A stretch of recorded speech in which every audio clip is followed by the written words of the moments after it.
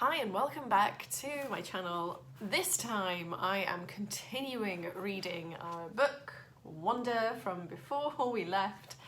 We'll have 15 minutes every day. Okay. Heaven. I woke up later on and it was still dark. I got out of bed and walked into Mum and Dad's bedroom. "Mummy?" I whispered. It was completely dark, so I couldn't see her open her eyes. "Mummy? You okay, honey?" she said groggily. "Can I sleep with you?" Mum scooted over towards Daddy's side of the bed, and I snuggled up next to her. She kissed my hair. "Is your hand okay?" I said. "Via told me Daisy bit you." "It was only a nip," she whispered in my ear. "Mummy," I started crying. "I'm so sorry about what I said." "Shh, there's nothing to worry about," she said, so quietly I could barely hear her. She was rubbing the side of her face against my face. "Is Via ashamed of me?" I asked. "No, honey, no. You know she's not. She's just adjusting to a new school. It's not easy." I know you know. "I'm sorry I called you a liar. Go to sleep, sweet boy. I love you so much." "I love you so much too, Mummy." "Good night, honey," she said very softly. "Mummy, is Daisy with Grans now?" "I think so." "Are they in heaven?" "Yes." "Do people look the same when they go to heaven?" "I don't know. I don't think so." "Then how do people recognise each other?" "I don't know, sweetie." She sounded tired. "They just feel it. You don't need your eyes to love, right? You just feel it inside you. That's how it is in heaven. It's just love, and no one forgets who they love." She kissed me again. "Now go to sleep, honey. It's late, and I'm so tired." But I couldn't go to sleep. Even after I knew she had fallen asleep, I could hear Daddy sleeping too, and I imagined I could hear Via sleeping down the hallway in her room, and I wondered if Daisy was sleeping in heaven right then. And if she was sleeping, was she dreaming about me? And I wondered how it would feel to be in heaven someday and not have my face matter anymore, just like it never ever mattered to Daisy.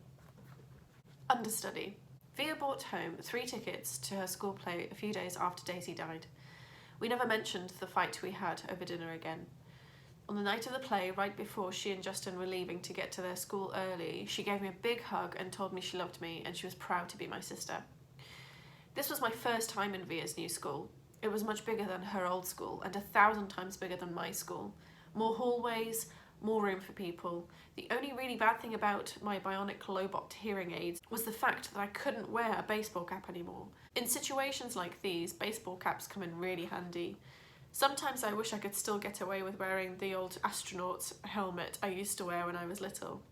Believe it or not, people would think seeing a kid in an astronaut helmet was a lot less weird than seeing my face. Anyway, I kept my head down as I walked right behind Mum through the long, bright hallways. We followed the crowd to the auditorium, where students handed out programs at the front entrance. We found seats in the 5th row, close to the middle. As soon as we sat down, Mum started looking inside her pocketbook. "Oh, I can't believe I forgot my glasses," she said. Dad shook his head. Mum was always forgetting her glasses, or her keys, or something or other. She's flaky that way. "You want to move closer?" said Dad. Mum squinted at the stage. "No, I can see okay." "Speak now or forever hold your peace," said Dad. "I'm fine," answered Mum. "Look, there's Justin," I said to Dad, pointing out Justin's picture in the programme. "That's a nice picture of him," he answered, nodding. "How come there's no picture of Via?" I said. "She's an understudy," said Mum. "But look, here's her name." "Why do they call her an understudy?" I asked. "Wow, look at Miranda's picture," said Mum to Dad. "I don't think I would have recognised her." "Why do they call it understudy?" I repeated. "It's what they call someone who replaces an actor if he can't perform for some reason," answered Mum. "Did you hear Martin's getting remarried?" Dad said to Mum. "Are you kidding me?" Mum answered like she was surprised. "Who's Martin?" I asked. "Miranda's father," Mum answered, and then to Dad. "Who told you?" "I ran into Miranda's mother in the subway. She's not happy about it. He has a new baby on the way and everything." "Wow," said Mum, shaking her head. "What are you guys talking about?" I said. "Nothing," answered Dad. "But why do they call it understudy?" I said. "I don't know, Oggy Doggy," Dad answered. "Maybe because the actors kind of study under the main actor or something. I really don't know." I was going to say something else, but then the lights went down. The audience got very, very quiet very quickly. "Daddy, can you please not call me Oggy Doggy anymore?" I whispered in my dad's ear. Dad smiled and nodded and gave me a thumbs up. The play started. The curtain opened. The stage was completely empty except for Justin, who was sitting on an old rickety chair, tuning his fiddle. He was wearing an old-fashioned type of suit and a straw hat. "This play is called Our Town," he said to the audience. "It was written by Thornton Wilder, produced and directed by Philip Davenport. The name of the town is Grosvenor Corner, New Hampshire, just across the Massachusetts line. Latitude 42 degrees, 40 minutes. Longitude 70 degrees, 37 minutes. The first act shows a day in our town. The day is May 7th, 1901. The time is just before dawn." I knew right then and there that I was going to like the play. It wasn't like the other school plays I've been to, like The Wizard of Oz or Cloudy with a Chance of Meatballs. No, this was grown-up seeming, and I felt smart sitting there watching it. A little later in the play, a character named Mrs. Webb calls out for her daughter, Emily. I knew from the programme that that was the part Miranda was playing, so I leaned forward to get a better look at her. "That's Miranda," Mum whispered to me, squinting at the stage when Emily walked out. "She looks so different." "It's not Miranda," I whispered. "It's Via." "Oh my goodness," said Mum, lurching forward in her seat. "Shh," said Dad. "It's Via," Mum whispered to him. "I know," whispered Dad, smiling. "Shh." The ending. The play was so amazing. I don't want to give away the ending, but it's the kind of ending that makes people in the audience teary. Mum totally lost it when Via, as Emily said, "Goodbye, goodbye world, goodbye Grosvenor Corner, Mama and Papa, goodbye to clocks ticking and Mama's sunflowers, and food and coffee, and new iron dresses and hot baths, and sleeping and waking up. Oh, Earth, you're too wonderful for anybody to realise you." Via was actually crying while she was saying this, like real tears. I could see them rolling down her cheeks. It was totally awesome. After the curtain closed, everyone in the audience started clapping. Then the actors came out one by one. Via and Justin were the last ones out, and when they appeared, the whole audience rose to their feet. "Bravo!" I heard Dad yelling through his hands. "Why is everyone getting up?" I said. "It's a standing ovation," said Mum, getting up. So I got up and clapped and clapped. I clapped until my hands hurt. For a second, I imagined how cool it would be to be Via and Justin right then, having all these people standing up and cheering for them. I think there should be a rule that everyone in the world should get a standing ovation at least once in their lives. Finally, after I don't know how many minutes, the line of actors on stage stepped back and the curtain closed in front of them. The clapping stopped and the lights went up and the audience started getting up to leave. Me and Mum and Dad made our way to the backstage. Crowds of people were congratulating the performers surrounding them, patting them on the back. We saw Via and Justin at the centre of the crowd, smiling at everyone, laughing and talking. "Via!" shouted Dad, waving as he made his way through the crowd. When he got close enough, he hugged her and lifted her off the floor a little. "You were amazing, sweetheart." "Oh my goodness, Via," Mum was screaming with excitement. "Oh my goodness, oh my goodness." She was hugging Via so hard I thought Via would suffocate, but Via was laughing. "You were brilliant," said Dad. "Brilliant," Mum said, kind of nodding and shaking her head at the same time. "And you, Justin," said Dad, shaking Justin's hand and giving him a hug at the same time. "You were fantastic." "Fantastic," Mum repeated. She was honestly so emotional she could barely talk. "What a shock to see you up there, Via," said Dad.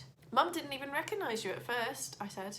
"I didn't recognise you," said Mum, her hand over her mouth. "Miranda got sick right before the show started," said Via, all out of breath. "There wasn't even time to make an announcement." I have to say she looked kind of strange because she was wearing all this makeup and I'd never seen her like this before. "And you just stepped in there right at the last minute?" said Dad. "Wow." "She was amazing, wasn't she?" said Justin, his arm around Via. "There wasn't a dry eye in the house," said Dad. "Is Miranda okay?" I said, but no one heard me. At that moment, a man who I think was their teacher came over to Justin and Via, clapping his hands. "Bravo, bravo, Olivia and Justin." He kissed Via on both cheeks.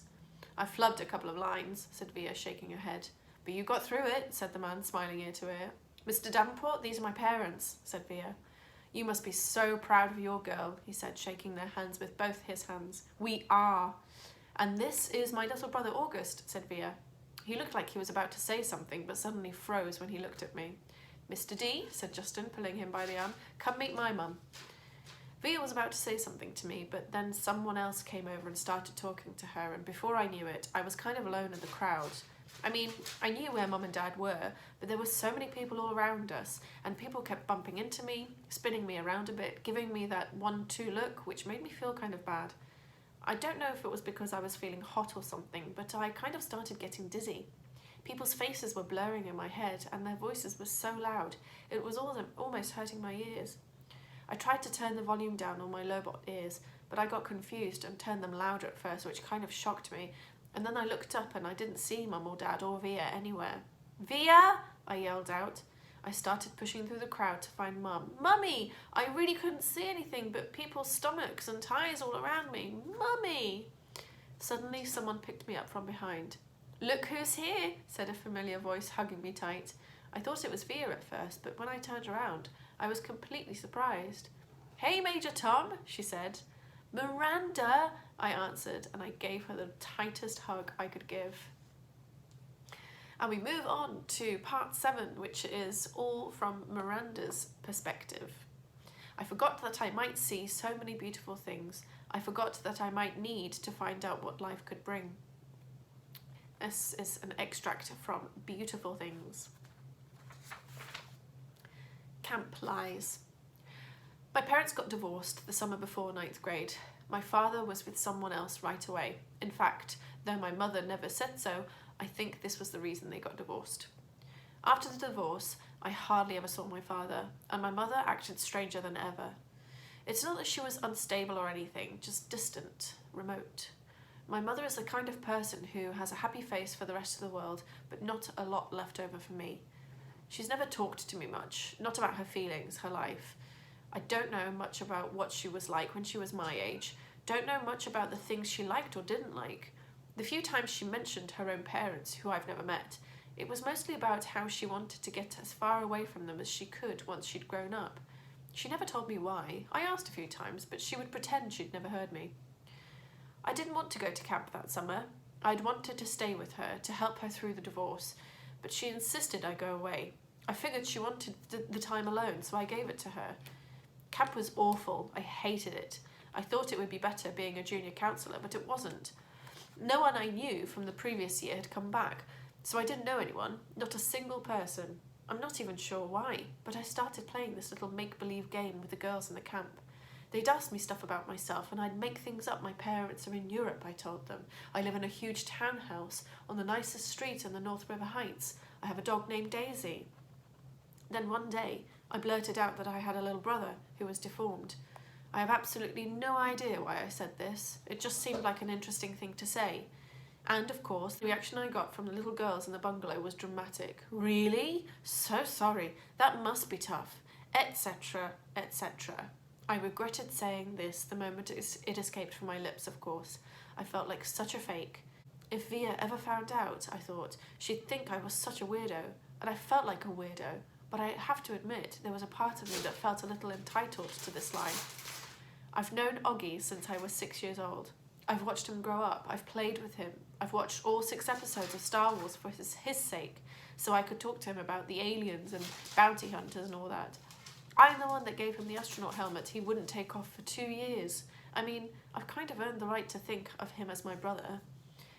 And the strangest thing is that those lies I told, those fictions, did wonders for my popularity. The other junior counsellors heard it from the campers and they were all over it. Never in my life have I ever been considered one of the popular girls in anything, but that summer in camp, for whatever reason, I was the girl everybody wanted to hang out with. Even the girls in Bungalow 32 were totally into me. These were the girls at the top of the food chain. They said they liked my hair, though they changed it. They said that they liked the way I did my makeup, though they changed that too. And they showed me how to turn my t-shirts into halter tops. We snuck out late at night and took the path through the woods to the boys' camp. We hung out with the boys. When I got home from camp, I called Ella right away to make plans with her. I don't know why I didn't call Via. I guess I just didn't feel like talking about stuff with her. She would have asked me about my parents, about camp. Ella never really asked me about things. She was an easier friend to have in that way. She wasn't serious like Via. She was fun. She thought it was cool when I dyed my hair pink. She wanted to hear all about those trips through the woods late at night. And that is all I've got time for. I'm sorry for my stuffy nose, but my hay fever has been really bad. So yes, come back tomorrow. We'll read some more 15 minutes of more of Wonder. Bye.